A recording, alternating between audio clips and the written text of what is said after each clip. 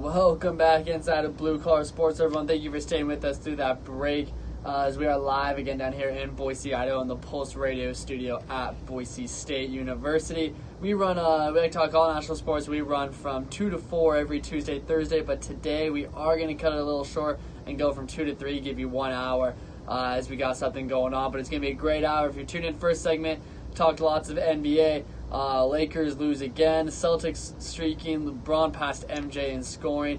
Lots going on inside the NBA world. So if you missed that, check it out right here on our Twitter. If you're tuning in through our Periscope, it's good to see you guys. Radio FX. We hope you're enjoying it. We got plenty of ways you can reach out to us. Trevor, if you want to tell them about that. Yeah, absolutely. Hopefully you're watching us on Periscope, where you can find us on Twitter at Blue Collar SR. Also on Instagram, Blue Collar Sports. YouTube, Blue Collar Sports. We got our past shows like this one on there for you. So great stuff. Many ways to reach out to us, and please do. Yeah, we want to hear from you as much as we can. Going into our next segment now, if you've been watching our shows from the past couple weeks, and if you're missing again, they're on our Twitter, they're on YouTube, plenty of ways you can go find them. But we are going through the top 10 players right now in the NBA at every position. We've given you point guards, shooting guards, and small forwards. We had lots of disagreements. That's one you don't want to miss. That was the best one. But now we are getting into our top 10 power forwards, which we were talking about earlier.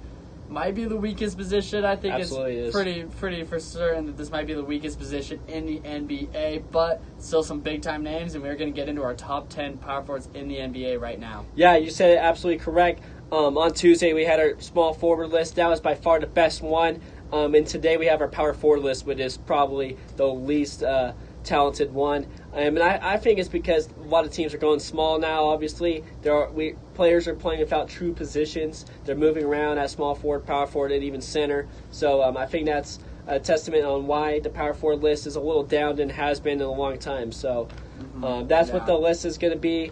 We got our power forwards list, and we're going to kick it off. And Seth, let's hear your number 10 power forward. Yeah, I'll get into my number 10. A couple last-minute switches I'm going to make. But my number 10 is Julius Randle. I know you might be a little bit higher on this guy. I like Julius Randle. I think he's very underrated. He's having great numbers this year, but he doesn't quite climb up this list for me yet. I think he's still kind of a liability on defense. I want to see more out of him from the defensive end.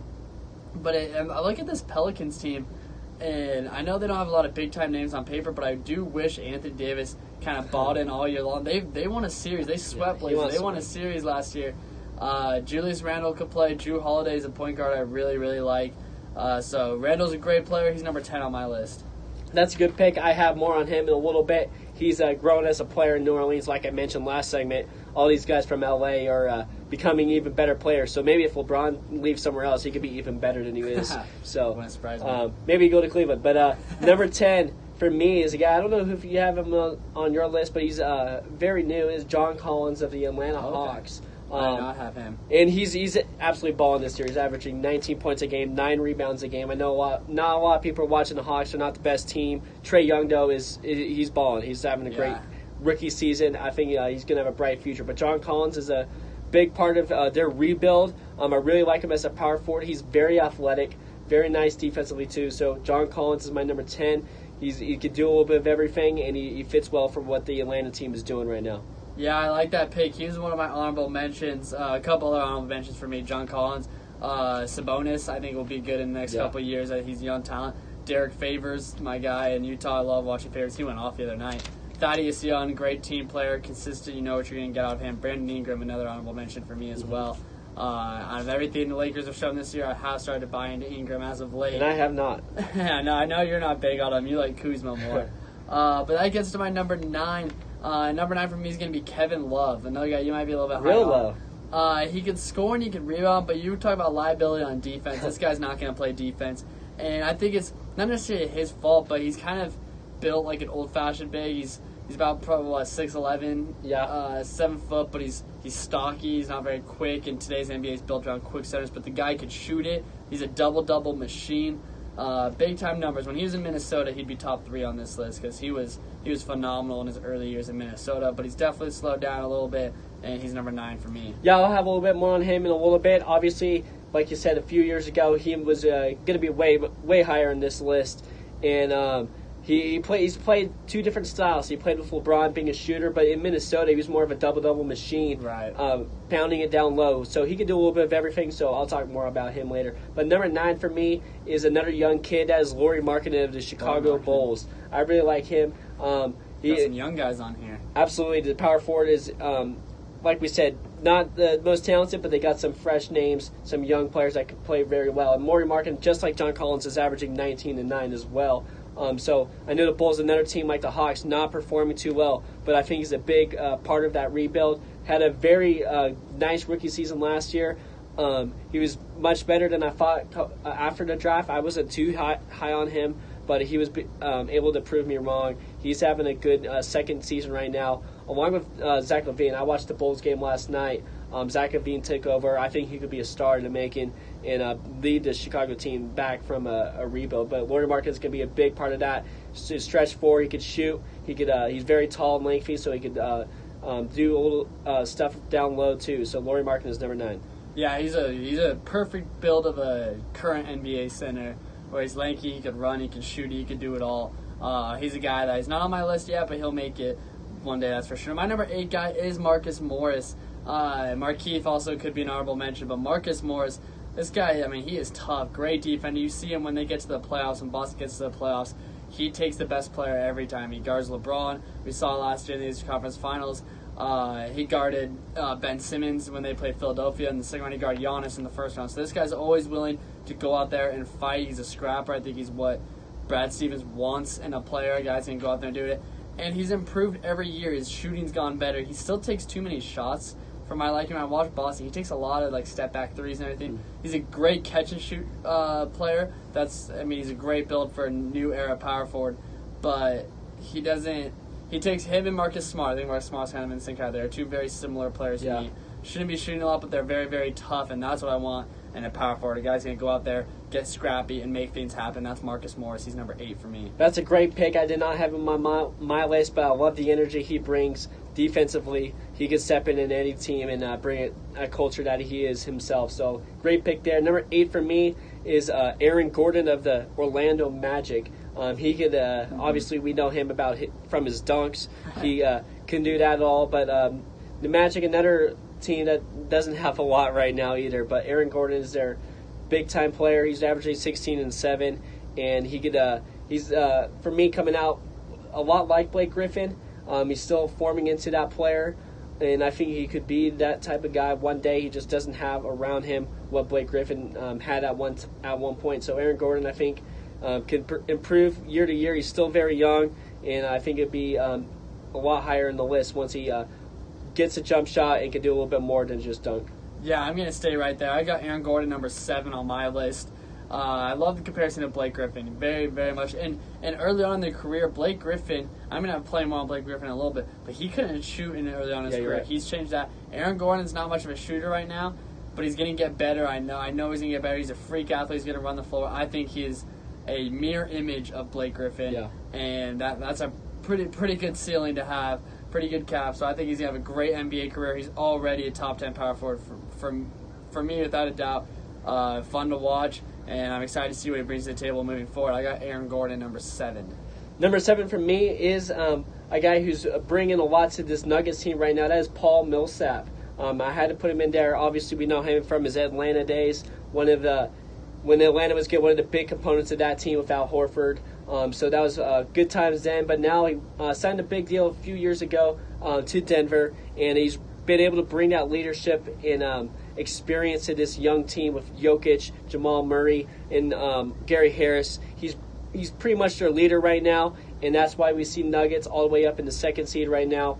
Paul Millsap, he could do a little bit of everything. I'm going to have more on LaMarcus Aldridge later, but Paul Millsap's poor man, LaMarcus Aldridge, could do a little bit of everything of what a power forward should do. He could do everything down low and still shoot the ball. So Paul Millsap is number 7. I like that pick. I'll have more on him in a bit. My number 6 guy is Pascal Siakam. I think by far one of the most underrated players in the NBA. He's really come onto the scene this year. A guy that took the most of his opportunity in Toronto, and he has blossomed. He's averaging 16.4 points per game right now, which is mind-blowing, considering this guy didn't really play a whole lot last year. And I think I get on Tuesday's show, I said that Toronto is my favorite to get to the NBA Finals now. They're still my favorite. Obviously, it's only 2 days later. But Pascal Siakam's a big reason. A lot of people are saying, well, Toronto always falls apart in the playoffs. Yes, they did, but this is a different Toronto Absolutely. team. Kawhi Leonard wasn't there, and Pascal Siakam, I think, brings a toughness. You put him with Serge Ibaka and Marc Gasol now into the picture. That's a scary front court for them. And then, of course, in the backcourt, you got Danny Green now, who's a tough defender, and Kyle Lowry, who I think will play better if he knows his role, and I think he will. But Pascal Siakam is a huge reason for Toronto's success this year, and he's young. He's under 25, so he's just getting going. I'm excited to see what he does in the future. I love that pick. In the past, Toronto teams have been more reliant on offense, Kyle Lowry and DeMar DeRozan taking the show, but now I think it's definitely a defensive team. Yeah. Kawhi Leonard, Yeah. Pascal Siakam, Serge and Marc Gasol very good defensively, and Kyle Lowry's embracing that role. So I like what Toronto's doing now, and I have much more belief in them in making it all the way if they can. So fantastic pick there. Number 6 for me is a guy you talked about a little bit ago. That is former Laker and now Pelican Julius Randle. I have him much higher than I ever thought I would. I actually really liked him at Kentucky. He was one of my favorite college players to watch. He was a double-double machine, do it all, and I really liked him going to L.A. So I thought he could be the player early of what he is now. Like I talked about the Lakers, though, they've stunted some of the growth in some of these players, and now that Julius Randle is in New Orleans, when Anthony Davis isn't playing, Julius Randle is one of their go-to options, and he's averaging 20 and 8 right now. A huge improvement from what he has been able to do in LA land. So Julius Randle, I think he's a similar, not as good of a shooter like Kevin Love, but he could be that double-double machine down low like Kevin and do it all. So I think Randle, I think he's got a much bigger upside than I thought he had earlier on, and I can't wait to see what he does. Yeah, I can't wait. I think Anthony Davis, when he goes, I think it's a matter of when he goes. That's what I'm saying. If I'm Anthony Davis, or if I'm the Pelicans, I want to go to Boston, because if you can build a core around Jaylen Brown and Julius Randle, that's a pretty good young core.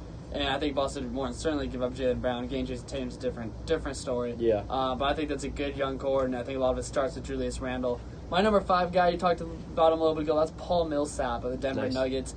Old school Paul Millsap, definitely an old style, kind of big. But he's another guy that's improved steadily and adjusted to the NBA game. He could shoot threes now. He was in Utah at the start of his career, and I remember watching him in Utah, and he was physical, demanding, controlled the paint, but never really went outside. He adapted. Now he's shooting threes. I never would have thought I'd see him do that, but he's shooting them at a good rate. Denver, when you watch them play, they're big into pretty ball, the way they move the ball and space the floor with Jokic. Jamal Murray's doing the fancy dribbling, the shooting. Gary Harris is a knockdown shooter. But their toughness comes from Paul Millsap. Yeah. And that's what's going to happen. There's a reason he's getting paid a lot. He's got to bring that energy, bring that fight. And his veteran leadership, I think he will. And the playoffs going to be fun to watch. Denver is a team to keep your eyes on. I have no idea which way they're going to go come playoff time. But, I mean, if they're the 2 seed, they got a favorable matchup. They're going to be playing either the Spurs or the Clippers. Utah's not going to fall down, so I think they could both win those. I think if they fall to 3 and play Utah or Oklahoma, say that's a different story. But they'll be interesting to watch, but I think it's going to go through Paul Millsap. That's a great pick there. I like what he's doing and what Denver's doing too. So good pick. Number 5 for me is a guy you also talked about. That is Kevin Love of the Cleveland Cavaliers. He is in my top 5. I know for me, I do have a hard time putting him in there. It is hard because he hasn't played a whole lot this year. He was out most of the first half. No one's watching Cleveland because why should they? LeBron's not there anymore. I'm not watching them. You could hang out with LeBron and watch the playoffs together. They probably will be, honestly, because they're very good friends. But Kevin Love, I love the guy. But like I mentioned when you talked about him, he kind of played 2 different kind of styles and games. When he was in Minnesota, he was more of that double-double machine and pounded down low. He was always the first option. In Cleveland, he was obviously a third option after LeBron and Kyrie, and he was more of a stretch forward, and they kicked it out to him and became that jump shooter that we really didn't know he was going to be. But it worked out. They got the championship. Kevin Love, though, he's not going to be the best player on this Cavs team if they want to move forward.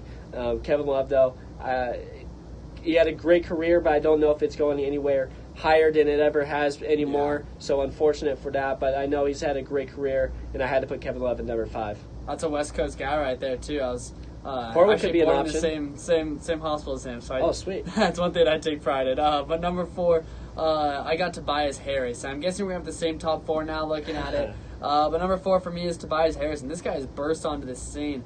I do remember him in college. He played for Tennessee, and then he got to the NBA, and he kind of disappeared. Yeah. And all of a sudden now he's kind of burst back on the scene. But I think it was ESPN showed a statistics with him. Every single year of his career, he's increased his points per game by 2 or more points. So he just continues to get better and better, and he's still young. He's 26, I think, 26, 27, so he still has a lot of time left in this league. I want him to find a spot where he could stay. He's been moved around a lot. Yes. And Traded we'll past see couple if seasons. Philadelphia is the place for that. I don't know. I like him in Brooklyn. We talked about that on Tuesday. But I want him to find a home, find a place where he can get comfortable. I think he's great if he's the second or third option on a team. That could be a championship team. And he's in a good situation right now. I will say in Philadelphia, I think that fits what he's looking for, but it's going to be interesting to see how they use him, but he's number 4 on my list. Yeah, great pick. I have Tobias Harris right at number 4 as well. He's having a fantastic season, averaging 20 and 7 for Philadelphia. Now, you mentioned he's been traveling around the past couple of years. He's been a journeyman, but he's been a good one, and he's really burst onto the scene as of late, and I think he hopefully found a home with Philadelphia. I really like him as a third or fourth option with what Philadelphia is trying to do right now. But I do believe he's gonna set himself up for a big contract this offseason. Yeah. And I know Would you max him? I don't think he's a max player to me, Yeah. but I know if a team like the Lakers, if they don't believe they could get these big time guys like Jimmy Butler, Might as well. why not go for Tobias Harris, who I think who could play very well with LeBron, that type of player. So Tobias, I think he's setting himself up for a big contract, but I'd like to see him stay in Philadelphia. And he's going to be a big part of that Philly team right now. He's playing very well, and he's a great player. He's number 4 as well for me. Another great fit that just came to mind for me is Sacramento for him, too. A lot of young pieces there, so they don't have to pay. They've got a ton of money in Sacramento. They paid a lot of money to George Hill and Zach Randolph just because they had a lot of money, but they got rid of those deals. Yeah. So they got a lot of money. They don't have to pay De'Aaron Fox yet. He's young. They have to pay Marvin Bagley. I think that could be a good spot for him. I'm not saying they'd be contenders, but I think they'd be a playoff team. Right. But my number 3 is LaMarcus Aldridge for the San Antonio Spurs. Aldridge, you want to talk about mid-range game. This guy's got it all. Loved him in college. I was always a big Texas fan, so of course loved him in college. He was on the last Texas team to get to the Final Four. But he great college career, and I loved him in Portland. I was also a huge fan of him in Portland when he was the guy. But in San Antonio, I think he's still. It surprised me every year he's an all-star, but because I don't really watch a lot of San Antonio anymore. But he continues to produce. Got great touch. Got great length. The way he shoots the ball like 2 feet above his head is very hard to defend, kind of like a Kevin Durant kind of shot. But he's tough to defend, and he can do a little bit of everything. You mentioned it earlier with Paul Millsap and LaMarcus Aldridge. He's one of those guys, he will give you a little bit of everything. He's number 3 on my list. I'll have a little bit more on him in a bit. Number 3 for me is Blake Griffin of the Detroit Pistons. I compared Aaron Gordon to this guy too, but Blake Griffin, obviously fantastic player in LA with the Clippers. Then he got moved out to Detroit, which nobody saw coming. And he had a good stretch at the end of the season last season. Now he's having another fantastic year at 25-7-5 right now. Not a lot of people are watching Detroit basketball, but Blake Griffin has been able to transform his game. You kind of talked about it, how he's been able to morph his game into today's NBA. Obviously, he was more of a traditional power forward. Obviously, a high flyer. He could dunk it ball, very flashy, fit LA perfectly. But now, over in Detroit, he's really a scorer now. He could even shoot. We see him shooting three-pointers. We even see him bring up the ball sometimes. I remember watching the Clippers games. He was bringing up the ball, and I freaked out. Like, he's going to turn it over. You talked about that on the show before. Why not? Why is he doing that? He was very reckless. Give it to Chris Paul. I did not like that, but Blake Griffin's been able to improve that game so much that he's been able to do that in Detroit and perform well. He can shoot the ball, and he can still dunk and do his work down low. So Blake Griffin, big ups to him. He's having a great year. He's number 3. Yeah, I'm going to start right there with my number 2. That's Blake Griffin. And I watched who did they play? It's like a week ago. I watched the Pistons play. They've been on fire, by the way. They're sitting 6 now. They passed the Nets. They're actually tied with the Nets, but they own the tiebreaker. So they're sitting 6, which right now is a great spot because you're playing the Pacers. No disrespect to the Pacers. I love the Pacers, but I'd much rather play them than Philly, Boston, Milwaukee, or Toronto. So they're sitting good. But Blake Griffin is the leader of this team. Andre Drummond, I know, is a big part of this team too, but Blake Griffin, everything goes through him. And when I was watching them play like a week ago, I saw him do like a spin move off of a screen into a step back three. And if 3 years ago you were telling me Blake Griffin was doing that, I would have called you crazy. Yeah. But this guy, he's transformed his game to fit today's NBA, but he's still got that freakish athleticism. He's averaging 25 points per game. I think he's another guy that's gotten better every year. He's number 2 on my list. Great player. Number 2 for me is the guy I'm figuring you're going to have at number 1. That is Draymond Green of the Golden State Warriors. He's obviously, we all know about Draymond. He brings the energy. He's a big intensity block of that Golden State Warriors team. He's a heart and soul, along with Curry of the original team. So Draymond Green, obviously, he's not the most talented power forward of all these guys. He's not the shooter. He's not the scorer. But he's the best role player I've ever seen in the NBA. He does his job the right way. That's his job, to play defense, guard the best player, bring that energy. He's a very good passer, very underrated passer. He can bring the ball up as well. He's a fantastic stretch forward, even down low as well. He could do it all.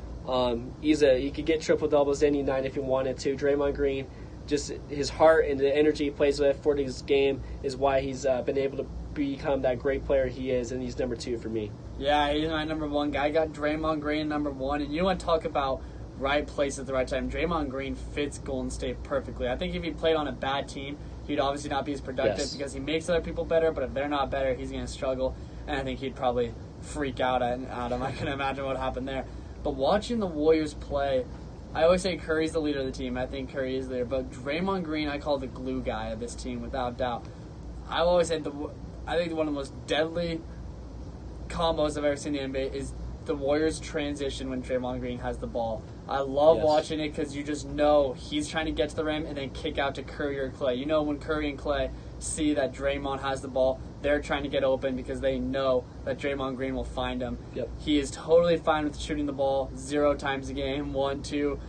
He won't. Very careless. He's totally fine not shooting. He knows his role and he's accepted that. Draymond Green, he's my number 1 power forward, which means so far for the Warriors, I had the number 1 point guard with Curry, number 2 shooting guard with Clay, number 1 small forward with Durant, and number 1 power forward. Quite the team they got over there. Yeah, a little unfair to me, but he's a great player. But that's not why I could put him at number 1, because I don't know if he could be the best player on the team. And this guy I have at number 1 is LaMarcus Aldridge, who's the best player on the Spurs team right now. LaMarcus Aldridge, obviously you talked about in Portland, he was the guy. He's an old school power forward. Obviously, wanted to play his game like Tim Duncan, one of my top 5 favorite player of all time. You could put him as the best power forward, one of the better centers too. But Tim Duncan, one of the best players. LaMarcus Aldridge wanted to mirror his game. That's why he went over to San Antonio and try and become that player. Obviously, he's not going to be that guy, but Aldridge does everything the right way. He's got all the classic moves down low, does his job the right way. And you talked about we don't really watch him because we don't really watch Spurs basketball. They're not playing in the finals anymore like they used to. But he's still having great years, year in, year out. He's averaging 21 and 8 right now. And San Antonio is going to get to the playoffs this year, and it's because he's their best player along with DeMar DeRozan. But LaMarcus Aldridge, I think he does everything the right way, and he's my number 1 power forward in the NBA right now. So that wraps up our power forwards, which in general we'll probably say is probably the worst position in the NBA right now, but still some big-time names there. So we'll go through our top 10. At number 10, I had Julius Randle. Number 9, I had Kevin Love. 8, Marcus Morris. 7, Aaron Gordon. 6, Pascal Siakam. 5, Paul Millsap. 4, Tobias Harris. 3, LaMarcus Aldridge.